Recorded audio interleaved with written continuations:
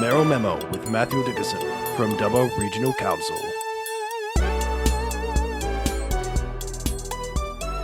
I read a story earlier in the week that the fluoride dosing system that we've been looking forward to for some time is now 5 years away. Can you confirm or deny that? And please clarify how far away the fluoride dosing system is in Dubbo. I don't know where it would have come that it's 5 years away. We've finally signed off the contracts for the work to be undertaken. We decided on the successful tender at a previous council meeting. There was still some work to go through with Public Works to get to the final part of that process. We'll be putting out some public information next week about that. But my approximation is that once that contract starts, we'll be approximately 40 weeks away from that being completed. So it's a larger project than we had estimated. It took longer to get to a final decision, and there were a number of players involved in both the state government and council to line up to get that to happen. So it's taken longer. Our initial aim was to have that done by the end of June, as in almost now. But that hasn't happened, unfortunately. And again, we're just going through and get a final date. And at some stage next week, we'll announce that final date. But I would say approximately 40 weeks, not 5 yees. Okay, thank you for that clarification. And I believe there's also work going on in Wellington in the same space. So did that need some repairs as well? So that was a different scenario. There was a failure in a piece of equipment there at the Wellington water treatment plant. So that piece of equipment had to be repaired, needed new parts to come in. So that's still without fluoride at the moment. The Wellington water treatment plant is not adding fluoride to the water at the moment, but that should be done before the end of July. Okay, well, that's good to know. Thank you for clarifying those issues. That's right. And again, as I said, more will be known next week. I don't have the exact time frame, but next week we will have that exact time frame in terms of when that contract should be finished. Okay, great. So now the drug rehab centre, just quickly, we've got Ryan Park saying that I'm not sure if it is Ryan Park actually, might be Mark Spittle. No, it was Mark Spittle, saying that the Western New South Wales Local Health District will go ahead with the Spears Drive location for the drug rehab centre unless a viable alternative site can be offered. So I guess my question is council planning to offer any alternative sites at this point? So what we resolved at the council meeting last night was that we will go out and have a look at the process that we would have to undertake to give any parcels of land or provide land for the state government. And we need to look at the financial side, the regulatory side, the legal matters around anything along those lines. Ultimately, the decision about where the drug rehab centre is located is not a council decision, and no decision that council makes or can make will actually change where that is going to go. The state government is the only one that can make any decision about the location of that. What it did say in that media release, and I haven't had any official correspondence back from the Health Minister or back from Western Local Health District, what it did say in that media release is that they'll work with council to look at alternative parcels of land. We've been doing that already. We've been doing that over many years. And in fact, the question was asked at the council meeting last night, approximately how many specific parcels of land might have been looked at with council. And the number was given of approximately 16 parcels of land, but that didn't include a variety of lands that are crown lands and maybe zoo lands and various parcels of land that might be outside council's control. So there has certainly been a number of parcels that have been looked at. Spears Drive was never a location that was suggested by council, never a location that was looked at from a council perspective, but obviously Health were going through their own processes and looking at different parcels of land. Keep in mind, Sam, that the state government has compulsory acquisition powers as well. So if they wanted any specific parcel of land, they have the power to take that parcel of land and put that in the best possible location. Council still has a resolution on the books to say that we oppose the current location of the drug rehab facility in Spears Drive, and I would absolutely welcome the state government moving that to another location. Right. So in summary, you are going to go and explore the options. We'll continue to talk as we have been. The media list didn't really say anything new. It said that they would work with council to look at other parcels of land. We've been doing that. We'll continue to do that. In addition, last night, the additional motion of council basically went through a process to see if we wanted to give away a parcel of land, what would we have to do, again, from that financial, regulatory and legal process. But we'll keep working with them to try and find other parcels of land that might be suitable. Excellent. Now the budget.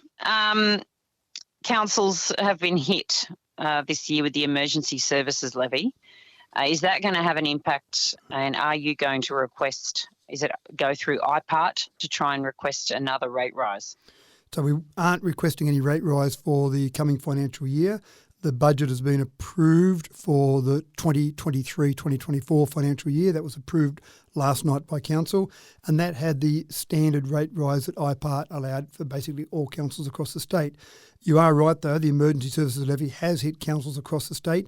In our particular example, there was an additional $616,666. The devil's number in there. I'm not making any comment about the devil's number being in there, but effectively that number was one that we had not budgeted for because we weren't told about the changes to the emergency services levy. No council was told about them until after we'd put our draft budget out on display. And then we also had some changes to the local government state award for wages, which is great for our staff, but again, that came in very late, and so we hadn't put that out in our draft budget. So that was an additional $1.9 million hit to the bottom line. So that's about a $2.5 million additional expense that we hadn't taken into account because we didn't know about those items before we actually got to the point of putting that out on display, the draft budget on display. So that's going to make it tough to get back to a balanced budget for the coming financial year. We'll look for savings throughout the year. We've got that approved budget at the moment, but again, one of the things that we'll often do is look for various savings throughout the year.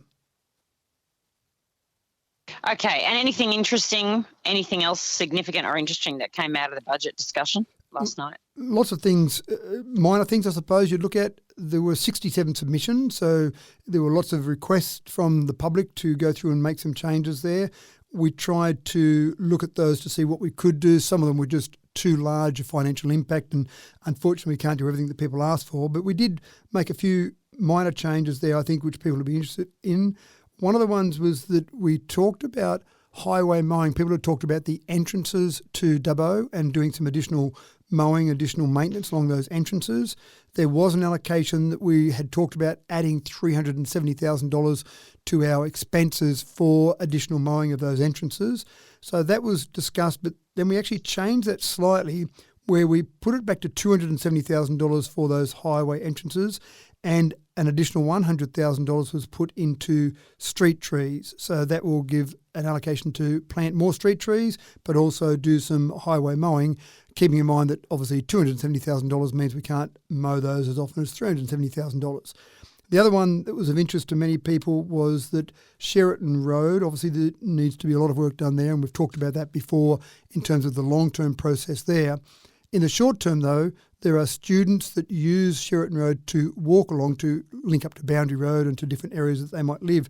And we actually had a meeting with the schools, and that was identified that students were certainly walking along the road there because there is no footpath.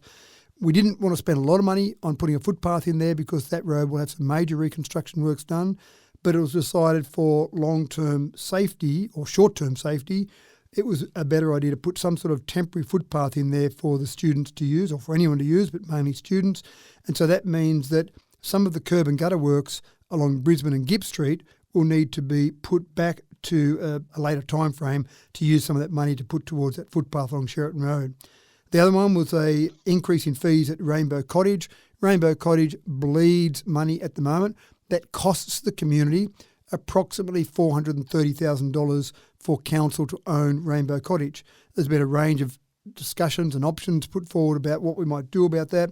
An option put forward last night and approved by council was for an increase, an 8.5% increase in the fees to try and generate some more income from Rainbow Cottage. That will take effect from the 1st of January next year. Okay, excellent. No, thank you for that. And the Sheraton Road footpath is a very good idea, considering I drive that road all the time. And even just the other day, I nearly knocked over two kids who were trying to walk down it.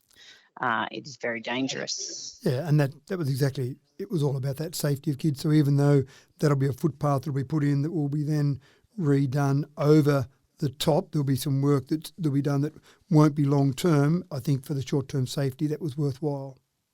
And just on the budget, have you applied for any grants? We always apply for grants. That's an ongoing process. There are so many different grant buckets, grant pools. There are so many different ways to apply for grants.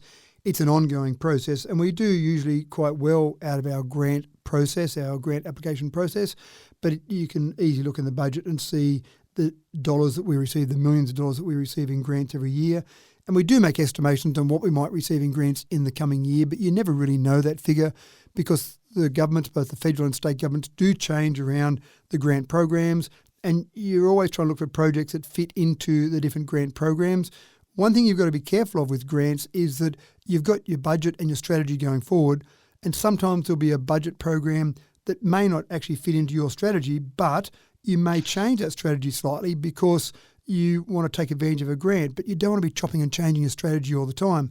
Sometimes those grants are 100% grant funding, sometimes they're 50% grant funding, so you may need to match those grants dollar for dollar, for example. So sometimes you can't afford to receive that grant, which I know that sounds crazy, but if there was a project that was a wonderful project for Dubbo that was going to cost $2 million and the government was going to supply $1 million of that, you'd still have to come up with that $1 million yourself, which you may not have budgeted for. So it's a complicated process through grants, but we do continually look out for grants. And as I say, I think we do quite well in the grants that we receive along the way. Great. Now, I believe the regional Mudgee Rail Group were lobbying for a rail line between Dubbo and Mudgee. I think they're also looking at one through Ralston or something. How likely is this, and will council come on board to support that? We've already supported it. We've given them a letter of support, which is what they originally asked for. They came and gave us a presentation at our standing committee meetings 2 weeks ago, and I fully support the concept. I think councillors are fully in support of it. There's no money being requested from council. It really is a state government process to make the changes there. They had some estimation around some of the costings that might be required for that. Again, it's one of those things that we fully support it. We can't make it happen. We'd ask the state government to make it happen because one of the concepts they had was to have an ability for people to go Dubbo, Sydney and back the other way via the standard Orange Bathurst line that we use now, but to have an alternative that goes via Mudgee so that you would effectively have two services in each direction each day between Dubbo and Sydney, one of those services going via Mudgee, one of those services going via Orange Bathurst. And I think that would be fantastic for travellers from Dubbo. But when you start talking about conservative $30, $40 million for those line upgrades, and then you've got to run the service as well, there's a fair bit of work that Rail Group needs to keep doing to work on the state government to make some of those changes. Everything they said makes sense, everything was logical, but you've just got to get the state government to come up with the money. Okay. Now, Keswick Estate, that land, I believe, has gone back on the market. Any plans in terms of how to sell that, or are you just putting it through the real estate agents, letting them do it? There are 6 real estate agents that registered their interest to sell those blocks, so they're able to sell those at the moment. We've still got an issue that those blocks aren't able to be registered yet. So even the people that bought those blocks at auction and they've paid their deposit, they still can't actually start building on those because the construction work is still being undertaken, and that's underground construction work, roads, street lights, all the rest of it, to get to the point where it's ready to actually build a house on there. And that's frustrating and a bit disappointing from council's perspective. But again, construction does seem to take a long time at the moment. There is a huge demand on construction materials. It's hard for the successful tenderers in this case to get some of those construction materials. So we'd like to see that happen, but it's a bit too early to be too harsh on either council or the real estate agents, given the fact that people sometimes want to buy a block that they can start building on immediately, and at the moment they can't with Keswick. We're still working on that, working with the people, the contractors doing that work to go as fast as possible, but obviously we still need the work done correctly. Okay, so there's no idea of a time frame by the sound of it. I think those blocks will be ready to be registered and start being built on within 3 months. Okay, good. That's helpful. Thank you. Okay, last question. Development applications, they take forever. And why is that? Data from our development applications, I think forever might be a little bit harsh.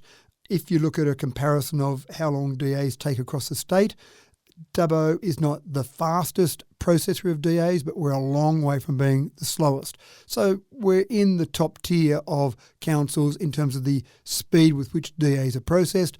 But also you want to make sure you get those DAs processed correctly. You don't want staff rushing them through and then not getting it right. You want the opportunity for those DAs to be discussed publicly. We had one DA come to council last night, for example, because we've got certain triggers where we don't give our CEO unlimited delegated authority to approve DAs. So some of those DAs need to come to council. There's certain triggers that set them off. For example, last night there was a DA that was worth more than $5 million, and that's one of the triggers to bring that to council. So you do want to do those right. But there is still a demand for planning staff across the state, and there is a greater need for planning staff than the amount of planning staff we have. So I think all councils are suffering from that a little bit, just not enough planning staff across the state. And all the roadworks, they're all coming along? Yeah, they're all happening. Wheelers Lane is probably the main one that I hear people talk about because it's such a busy road and so visible there, and people have been talking about Wheelers Lane for some period of time. But obviously the big advantage we've got now is that the roads have dried out after all that wet weather we had at the end of 2022. So the roads have dried out to the point that we can actually get in and do some of that road work. So people are seeing changes there. Sure, it's not happening fast enough. It's not happening enough. In terms of all the roads, we've got 2,875 kilometres of roads across the LGA. We'd love all that to be going much quicker, but you've only got a limited number of staff, a limited amount of materials. It's actually hard to get some of those materials at the moment, and you can only do so much in a day. So our staff are working through that, and I think people are seeing improvements on roads, and certainly I'm getting feedback along those lines. Great. Thank you so much. Thank you, Matthew.